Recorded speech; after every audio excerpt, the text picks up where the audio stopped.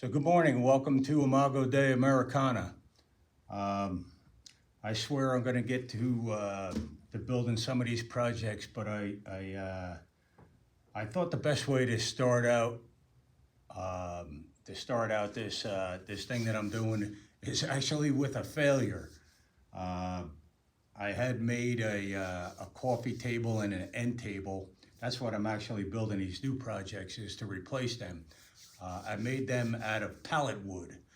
Now, I know this stuff is all over the internet, get a pallet and build a coffee table.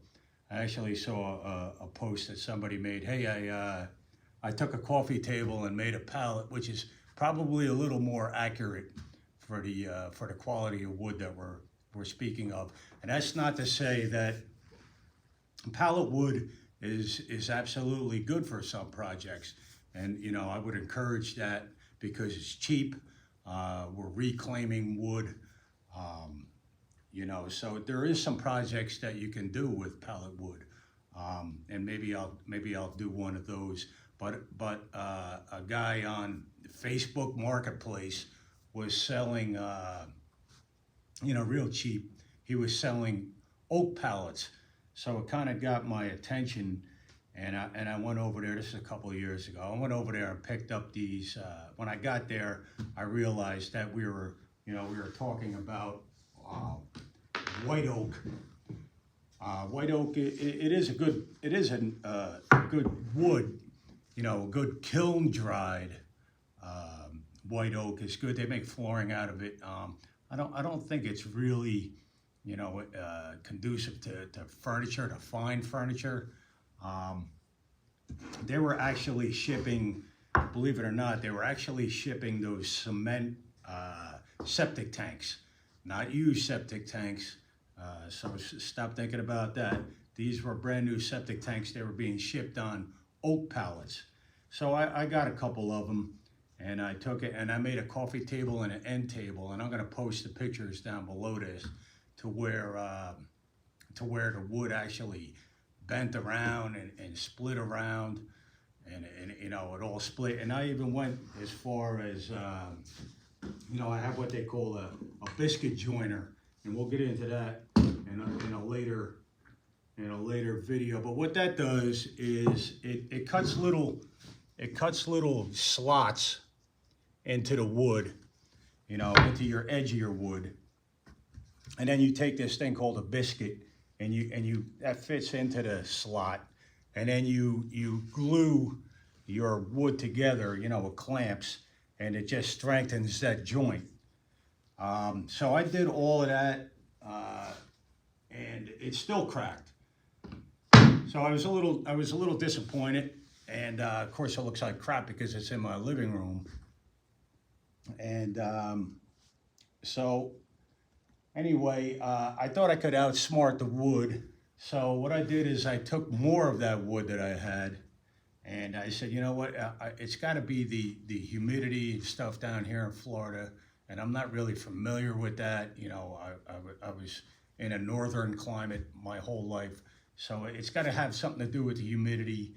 And they do make those little humidity testers. You'll see guys testing wood, and if you don't have a real expensive one of those, I would really be skeptical of the amount of humidity, whether you're getting ambient humidity that you're picking up on that. So I really don't use them. I kind of look at the I kind of look at the the condition of the wood.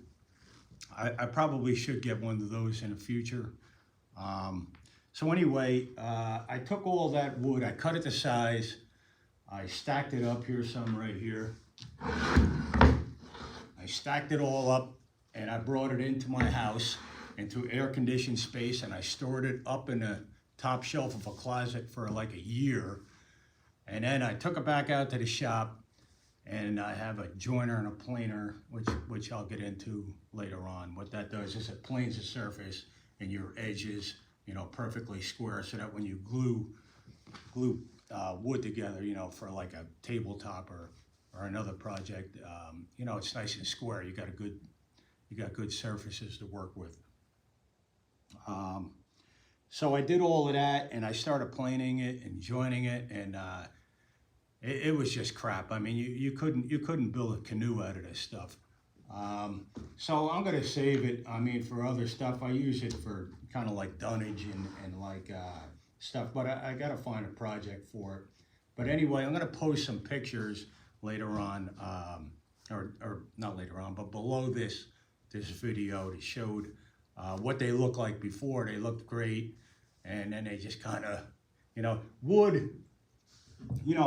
A tree, is cylindrical. It's round. So the wood wants to return to that state. So you'll see it kind of warp up and bend up, and there's different aspects of checking wood. You got split, cupped, warped. Everybody kind of uses the term warp, but there's actual technical terms for what wood actually does.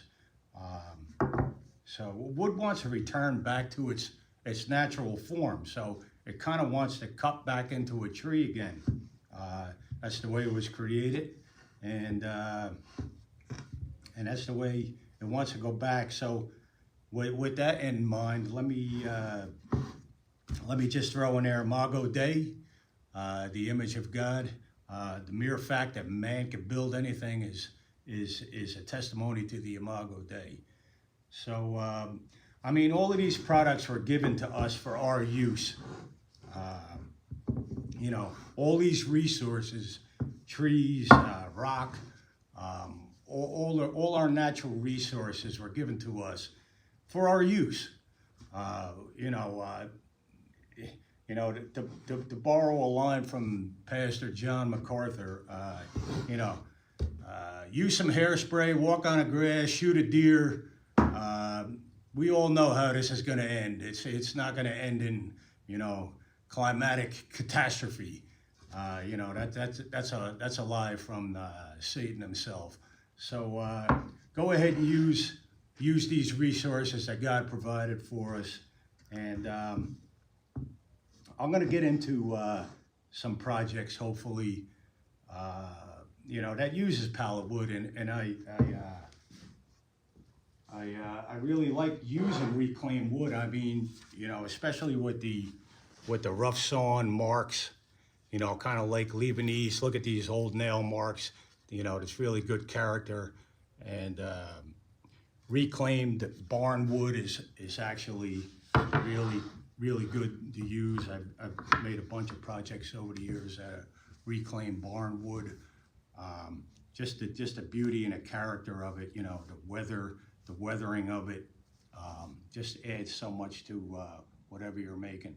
But for making fine furniture out of pallet wood, I haven't had any luck with that, and I'm going to post those pictures, and you could see actually what it is. So just a quick little short video on pallet wood, and actually a failure. So I thought that'd be the best way to start out Imago Dei Americana, is with a failed product.